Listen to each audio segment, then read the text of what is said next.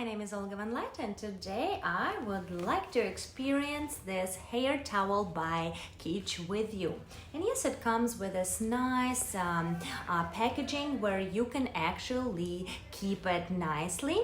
And yes guys, there's basically 1, 2, 3 steps, and yes, I do not have my hair wet right now, and as you can see, it is very large size, and also it is not going to overwhelm you because it's not that heavy, but super fluffy. So yes, this is how you would do it. So basically you would just flip your hair down like this, and then with the wider side you would put all your hair in like this. And then all we have to do is to just basically twist it.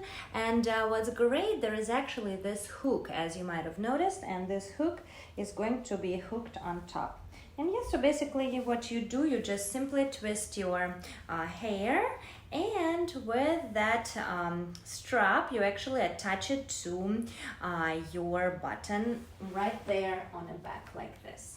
And yes guys, absolutely love it. I feel like it's definitely great for makeup application, drying the hair, and basically multitasking. And again, it's super soft and very light, so check it out.